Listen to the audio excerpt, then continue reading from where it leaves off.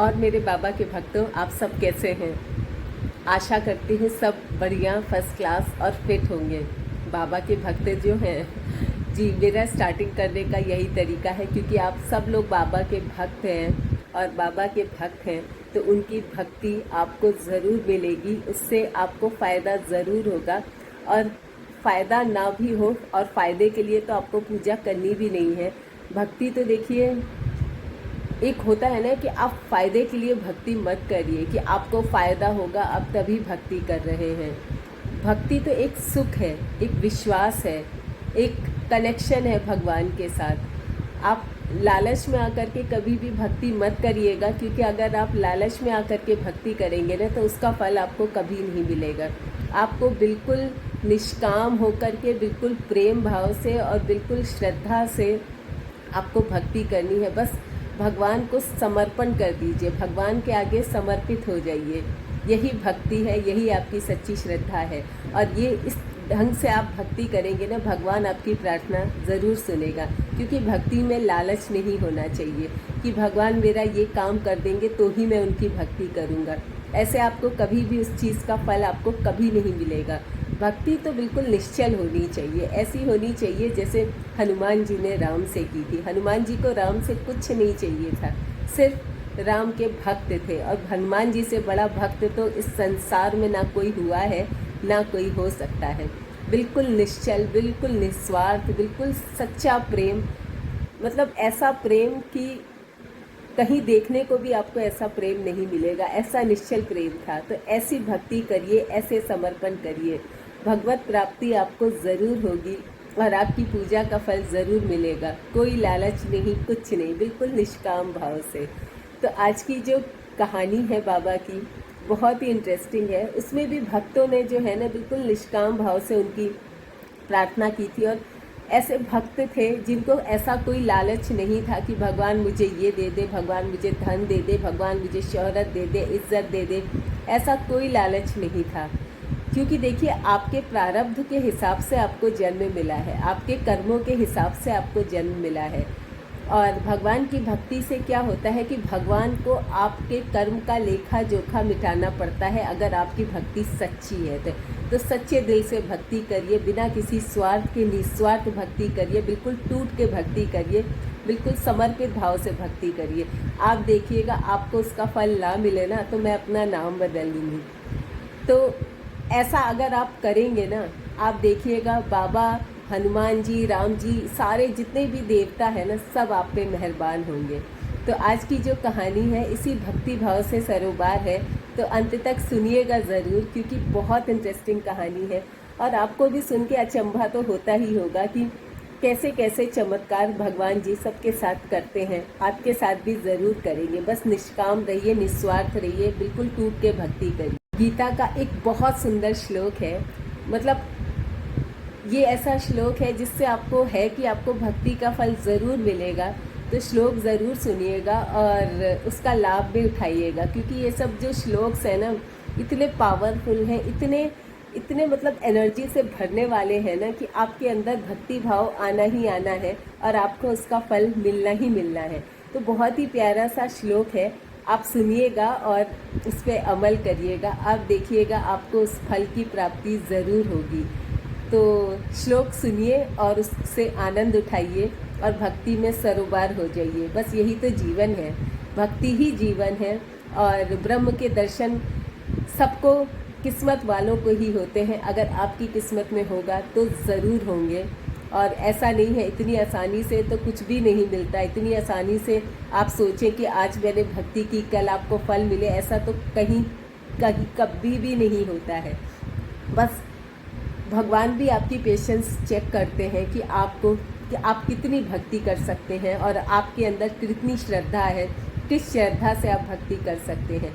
तो भक्ति को टूटने मत दीजिएगा, विश्वास को टूटने मत दीजिएगा, बिल्कुल जुट जाइए भक्ति में। और भक्ति का मतलब ये नहीं कि आप 20 घंटे 24 घंटे पूजा में बैठे रहें। बस जब भी दिल में भगवान को याद करिए, और हो सकता है तो मन में ही राधे राधे, राम राम, जो भी आपको लगे आप अपनी जीवा पे, हमेशा अपनी ज़ुबान पे वो नाम रखिए। आप देखिएगा आपके साथ वो चमत्कार होंगे ना जो पहले कभी नहीं हुए। अभी तक नहीं शुरू किया तो अब शुरू करिए, आप देखिएगा बिल्कुल लाभ होगा उससे। पूजा की कोई उम्र नहीं होती, बचपन से लेकर के बुढ़ापे तक आप कभी भी शुरू कर सकते हैं। जैसे शिक्षा होती है ना, कि शिक्षा की कोई उम्र नहीं होती। आप जब भी देखेंगे आपको लगेगा कि आपका ज्ञान तो बिल्कुल अधूरा है, आपने तो कुछ पढ़ा ही नहीं है, क्योंकि इतनी सारी ज्ञान की बातें हैं। और गीता भी कहा गया है, गीता में भी कहा गया है कि ज्ञान अर्जित करिए। तो आप हमेशा बिल्कुल मतलब समझ लीजिए 0% पे है, क्योंकि ना आप वो भक्ति कर सकते हैं, ना आप वो ज्ञान की प्राप्ति कर सकते हैं। आप कितना भी करेंगे वो अधूरा ही रहेगा। लेकिन भगवान के आगे भगवान आपकी भावना को समझते हैं, आपकी इच्छा को समझते हैं। तो दिल में जब भी बैठे रहिए, आपकी मतलब ज़ुबान पे राम नाम, कृष्ण नाम, जो भी नाम आपका, जो भी आपके इष्ट देव हो, जिनको भी आप मानते हो, बिल्कुल दिल खोल के बस उनके नाम का स्मरण करते रहिए। आपके दिमाग में भी रहेगी ना वो चीज़ें, तो आपसे ना कभी कोई गलत काम होगा, ना कभी कोई पाप होगा, ना कोई अधर्म होगा। और जब ये सब नहीं होगा तो भगवान तो मिलने ही हैं। तो ये मैं इसलिए कहती हूँ ना, क्योंकि मैं खुद भी फील करती हूँ, और ये सब बोल के मेरे अंदर इतना उत्साह आ जाता है। मैं चाहती हूँ यही उत्साह आपके अंदर भी आए, और आप बिल्कुल नतमस्तक होकर बिल्कुल तन मन धन से भगवान की भक्ति करें और भगवान की प्राप्ति करें। यही मेरा लक्ष्य है और यही मैं आपको कहती हूँ। तो बहुत सुंदर श्लोक है गीता का, मैं आपको सुनाती हूँ। गीताया श्लोक मात्रेन गोविंद स्मृति कीर्तनाथ, साधु दर्शन मात्रेन तीर्थ कोटि फलम लभेत। मतलब इसका ये है कि भगवान की भक्ति करने से, भगवान के आगे समर्पण करने से, और साधु तीर्थ करने का मतलब आपको 100 तीर्थों के बराबर फल प्राप्त होता है। अगर आप किसी गुरु के दर्शन करते हैं, किसी साधु के दर्शन करते हैं, भगवान की भक्ति करते हैं, तो आपको 100 तीर्थों का फल, करोड़ों तीर्थों का, माफ़ कीजिएगा, करोड़ों तीर्थों का फल प्राप्त होता है। इस श्लोक में यही बताया गया है। तो ये श्लोक तो लिखे गए हैं, ये सब भगवान ने ही लिखे हैं, भगवान रूपी मनुष्य ने ही लिखे हैं। तो इनकी बातों पे ज़रूर अमल करिएगा, कि मतलब गुरु के दर्शन मात्र से ही आपको करोड़ों तीर्थों का फल प्राप्त होता है। तो गुरु के दर्शन, आदर, सम्मान करिए, उनका सत्कार करिए। आपको मतलब कहीं तीर्थ स्थल जाने की ज़रूरत नहीं है, गुरु में इतनी शक्ति है। एक दोहा है ना, गुरु गोविंद दो खड़े, काके लागू पाओ, बलिहारी गुरु आपने गोविंद दियो बताए। क्योंकि गुरु ने ही तो भगवान के पास जाने का रास्ता बताया है हमें। तो वो गुरु को लोग भगवान से भी ऊपर रखते हैं, भगवान जो है वो गुरु को अपने से भी ऊपर रखते हैं। तो इसलिए गुरु की भक्ति पूरी दिल और पूरी श्रद्धा के साथ करिए, उनके आगे बिल्कुल समर्पण कर दीजिए, क्योंकि वो जो राह बताएंगे ना वो सच्ची राह होगी। लेकिन गुरु भी मतलब ऐसा नहीं जो आजकल के गुरु हैं वैसा नहीं, जो जेन्युइन गुरु हैं, जो जिनका जिनका मतलब उद्देश्य सिर्फ भगवत प्राप्ति है। जैसे आजकल आप प्रेमानंद जी को ले लीजिए, या फिर राम भद्राचार्य जी हैं, ये सब ऐसे गुरु हैं ना, जिनकी आप भक्ति करेंगे या जिनके बताए मार्ग पर चलेंगे, आपको निश्चय ही आपके जीवन में चमत्कार ही चमत्कार होंगे। ऐसा मैं अपने साथ जो मतलब चमत्कार मेरे साथ भी बाबा ने बहुत किए हैं, तो इसलिए मैं आपको बता रही हूँ कि आप भक्ति बना करके रखिए और गुरु की अटूट सेवा करिए। जो भी आपके गुरु हो, जिनको भी आप मानते हो, है ना। बाबा जी भी एक, वो तो साक्षात हनुमान जी ही हैं, लेकिन उनको लोग अपना गुरु भी मानते हैं। तो अगर आप उनकी भक्ति कर रहे हैं तो पूरी श्रद्धा के साथ करिए, क्योंकि वो आपको भगवान के पास जाने का मार्ग बताते हैं। भगवान से भी बड़ा गुरु होता है, ऐसा स्वयं भगवान खुद कहते हैं। बहुत ही मतलब ये भी एक ऐसा अमेजिंग चमत्कार है। तो ये है केहर सिंह जी का एक लड़का था, उसकी आँख में एक अखरोट का टुकड़ा ऐसा आकर के लगा कि वो चश्मा पहनता था लड़का। तो वो टुकड़ा ऐसा आकर के लगा कि उसका जो चश्मा है ना वो मतलब चूर चूर हो गया, बुरी तरह से टूट गया, और उसके जो पार्टिकल्स थे वो आँख में जा कर के उसके घुस गए। और इस लड़के की आँख जो है ना, एक पहले से ख़राब थी और दूसरी में ये चीज़ हो गई। तो तुरंत डॉक्टर के पास लेकर के भागे। तो डॉक्टर ने जो बड़े टुकड़े थे वो तो निकाल दिए, पर छोटे छोटे छोटे टुकड़े अभी भी उसकी पुतली के पास फंसे हुए थे। और डॉक्टर ने बिल्कुल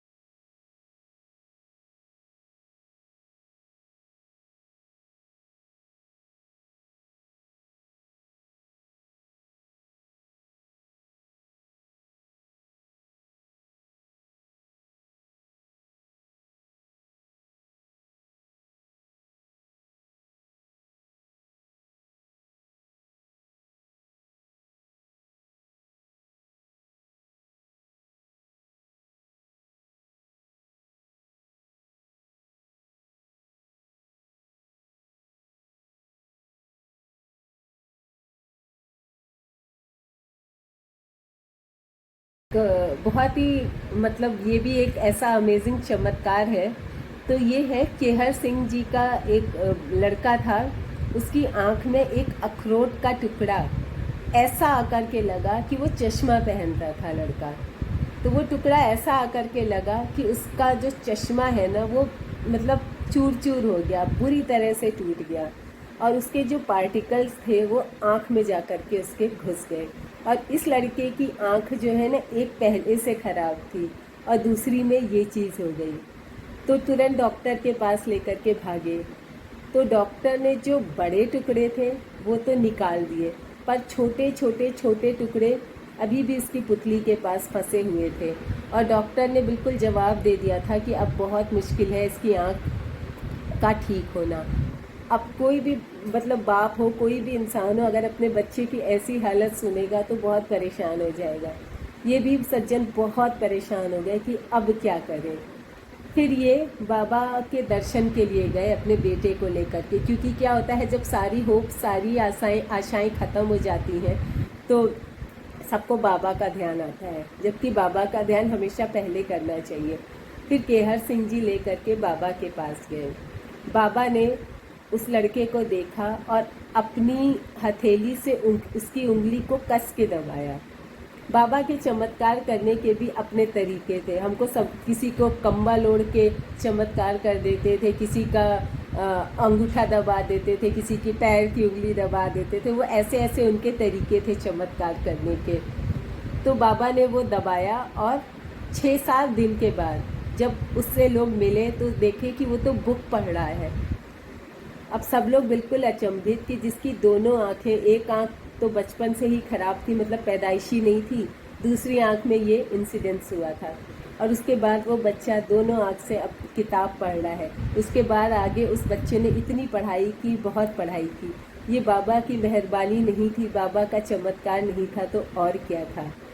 तो देखिए बाबा कैसे कैसे चमत्कार अपने भक्तों के साथ करते हैं। इसीलिए मैं कहती हूँ कि पहला भरोसा आप बाबा पर बना करके रखिए, और डॉक्टर को तो दिखाइए ही। कोई भी तकलीफ़ है, कोई भी प्रॉब्लम है तो एक ज़रिया बन जाता है। आप डॉक्टर को दिखाएंगे, आप सब करेंगे, लेकिन एक ज़रिया जो बनेगा ना वो बाबा जी हैं।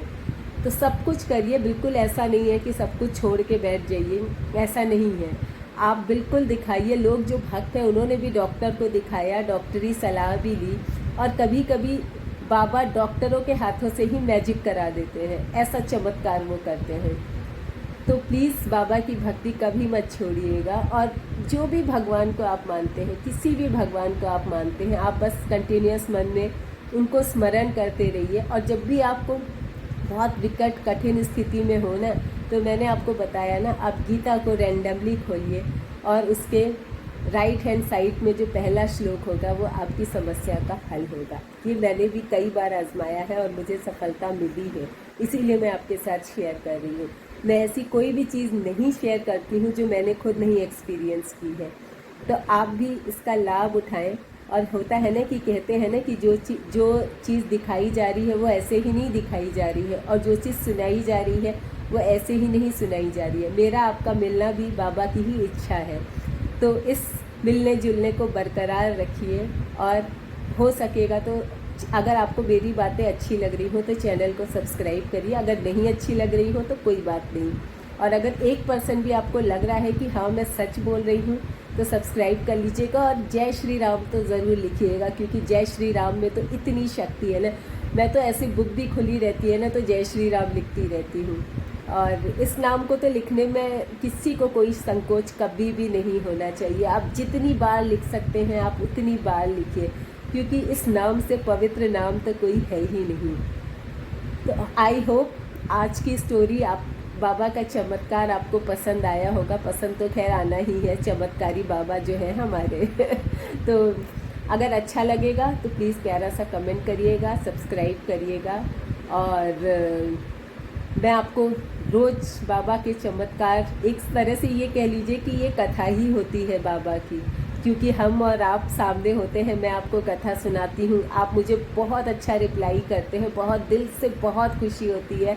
और इतने छोटे समय में, क्योंकि मैंने अभी ही कुछ दिन पहले ही ये चैनल शुरू किया, क्योंकि मेरे मन में बाबा ने ही विचार लाया कि क्यों ना मैं ऐसे एक बाबा के बारे में ही एक चैनल बनाऊं जिसमें मैं भगवान के बारे में और कैसे मिरेकल्स हुए हैं लोगों के बारे में भगवान की भक्ति करके आपके साथ शेयर करूं। तो ये सब मेरे ऊपर भी बाबा का चमत्कार है कि मैं कंटिन्यूअस बिना रुके आपके सामने बोलती रहती हूँ और आपके ऊपर भी बाबा की कृपा है कि आप उनको सुनते हैं।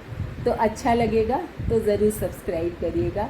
आई होप आज का वीडियो आपको अच्छा लगा हो और कल फिर मैं बिल्कुल नए चमत्कार बाबा का चमत्कार लेकर के आपके सामने फिर आऊँगी। चलिए तब तक के लिए थैंक यू सो मच मुझे झेलने के लिए।